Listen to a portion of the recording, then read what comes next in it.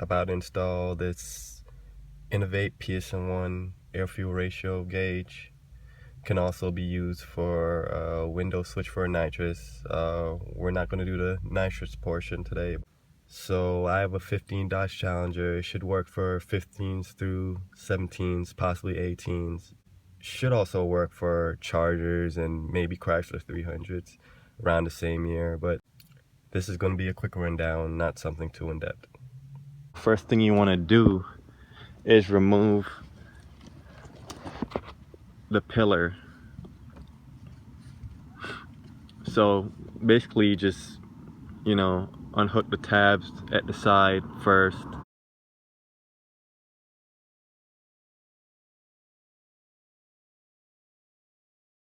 After that, you just pull and it comes off. There's going to be a tab right here. You're going to have to pull down on it. It pops right out. So after that, this is where you install your aftermarket pillar, and it will come with the gauge holes. You'll put your gauge in and button it back up. Make sure all the wires are elongated. And after you pull your pillar off, this is the next thing you want to pull off.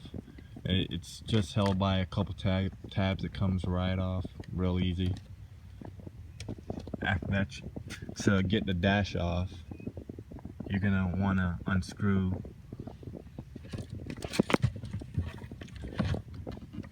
these two screws right here. There's one right here at the top and then one at the bottom of the dash.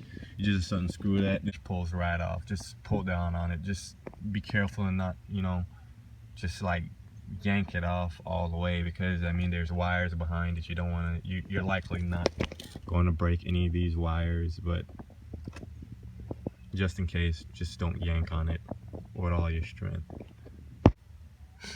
So unless you're installing nitrous, there's only 3 wires that really matter.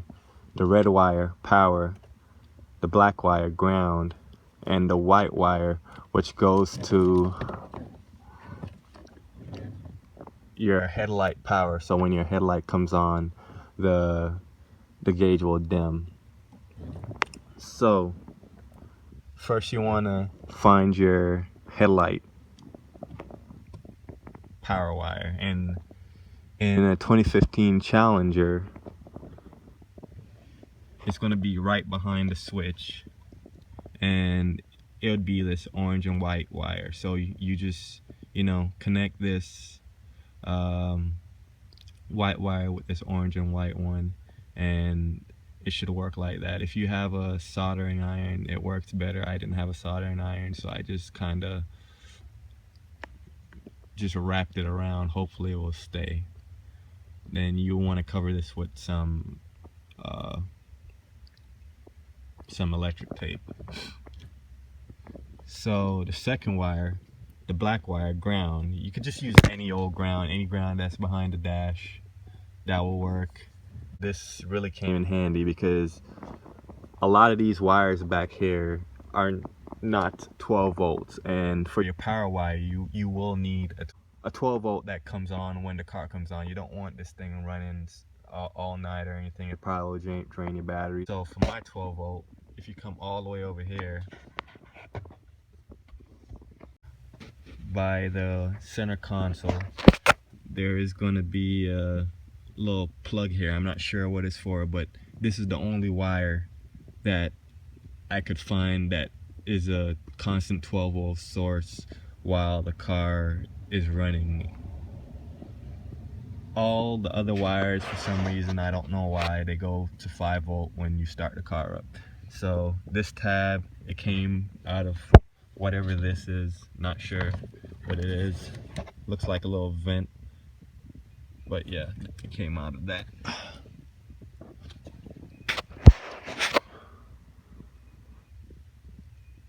So yeah, go ahead and wrap it around, solder, do whatever, and get it hooked up.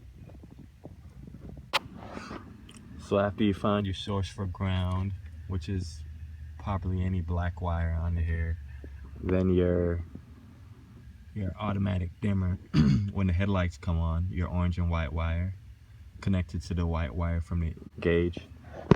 Then your red wire, which is going to be a constant 12-volt source of power, which is this pink and light blue wire. After you have all that, you want to, power the car on, make sure everything turns on, and I don't have my keys.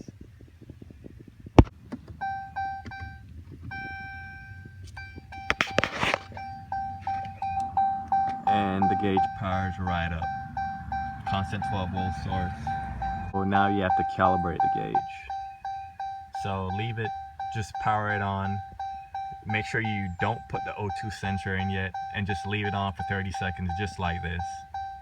And then after those 30 seconds, you power it down, and then put the O2 sensor in. So once you got your O2 sensor, remember to take the cap off.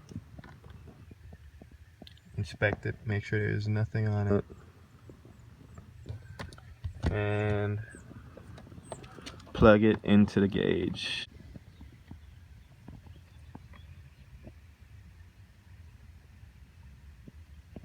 Hard to do it with one hand. Hold on. So once you have that connected, just power the car back on. And make sure the O2 sensor is away from any exhaust fumes or anything like that. It has to calibrate in the air. So power the car on.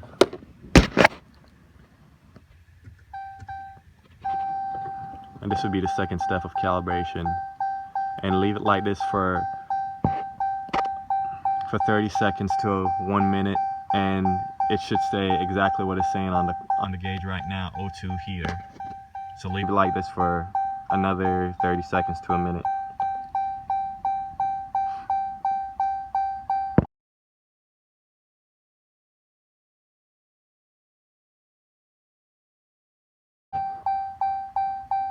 So now that your O2 sensor is calibrated, this is the part where we get under the car and we screw it into the exhaust. My long tube headers already came with a pre-welded bung, so I don't have to weld the bung in. But if you don't have long tube headers, you're gonna have to weld the bung in, and most kits, they provide a bung. You just have to find somebody that will weld it in for you, and then once you do that bung, just screw it in. So once your car is safely on jack stands, now you want to get that O2 sensor in the mid pipes. So you want to start off by unplugging the O2 sensor.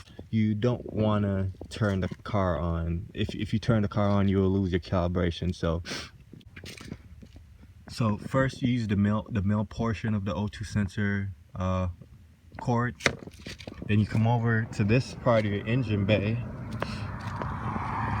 and you remove the brake fluid cover. So once you do that, there is I don't know if you could see it, but there is a hole in the firewall all the way down there. Let me see if I can get a flashlight. Yep, there it is. There's a hole in the firewall right there. So there's going to be a rubber grommet. You just want to push that rubber grommet in and then feed the line through that hole. And once you do that, you come back around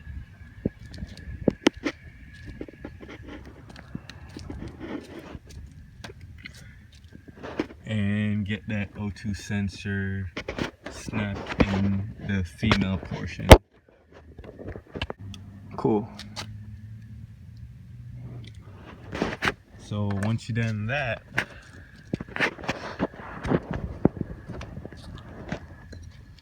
you come back over here and snap the O2 sensor back into place. So now it is time to put the O2 sensor in the catalytic converter. So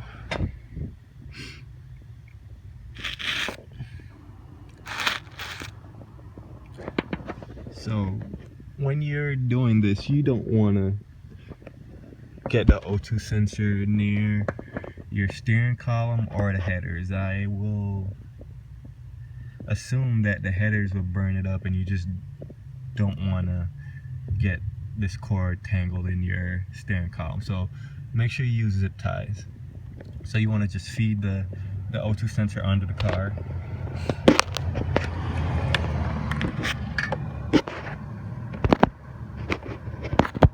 Like I said before, my car comes with a pre-welded bung. If your car doesn't have this, you're gonna have to go to your weld shop, or if you're experienced with welding, you could weld a bung on your car.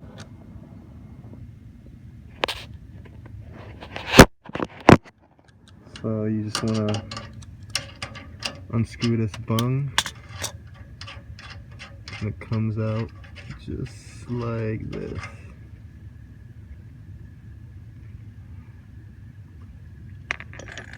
Oh man.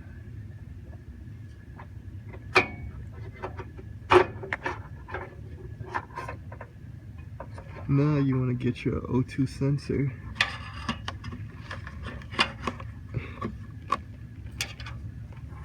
and just screw it in.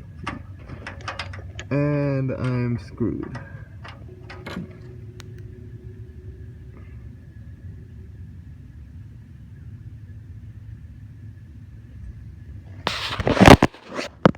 So this O2 sensor ended up being a little too small for my bung, so it looks like I'm gonna have to get one welded just like everybody else. So in the meantime, you just want to get everything buttoned up, put the dash back on, all the good stuff. As I said before, you just want to tape all this stuff up. You really should be using electrical tape, but I don't know if it really matters. I'm not going to use electrical tape. I'm just going to use some random tape to get this stuff taped up. These other wires, you want to just tape them off also, unless you're installing a nitrous bottle, nitrous kit. These other wires don't really matter. So just to recap before I button everything back up: ground wire, any black wire, then you got your gauge dimmer, this orange and white wire connected to the white wire from the gauge.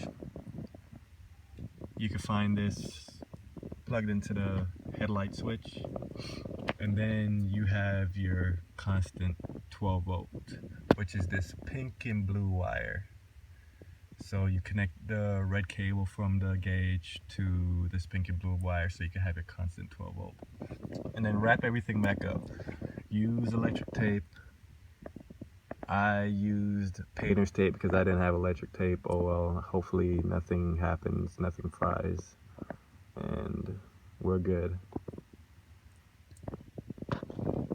So first thing you want to do is get this plate screwed back on. You didn't have to take it off to do the job, but I took it off because I was searching for 12 volt power sources. So if you end up taking it off, remember to put this back on. All these are 10 millimeters, just in case you didn't know. So you screw this on, 10 millimeter. Now you want to tuck all the unnecessary wires back onto the dash that you're not using, that's coming from the gauge.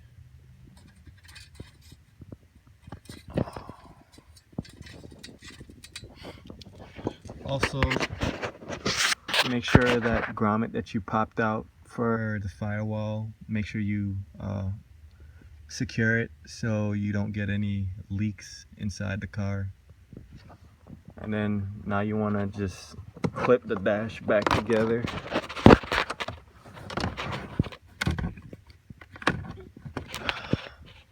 With the clips over here. Well, I can't do it with the camera in my hand, so here are all the clips. Make sure you have them all in, or you're gonna have lighting issues. Also, make sure that one, don't forget about this one, your constant 12 volt.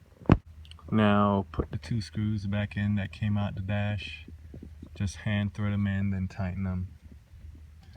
One right here and one down here. Just gotta pry this back a little bit.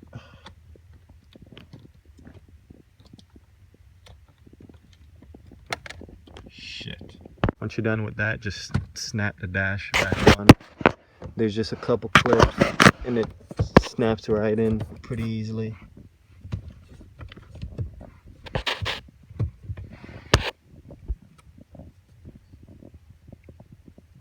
Now you just want to get this over here and just snap this back in. Oh, I'm missing something. So first, you want to just get your whatever this is and snap it back in.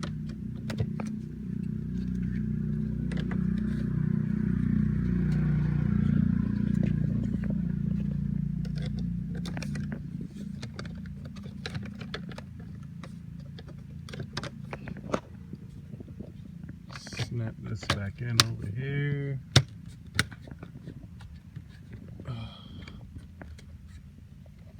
Looks good.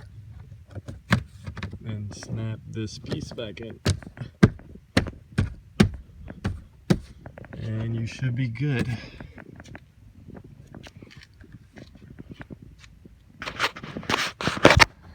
So all you want to do now is turn the car on and verify that the gauge works. Yep, and it still works. And that's how to install the gauge. I'm not saying this is the best way or this is the only way for a 15 plus model, but this way works for me.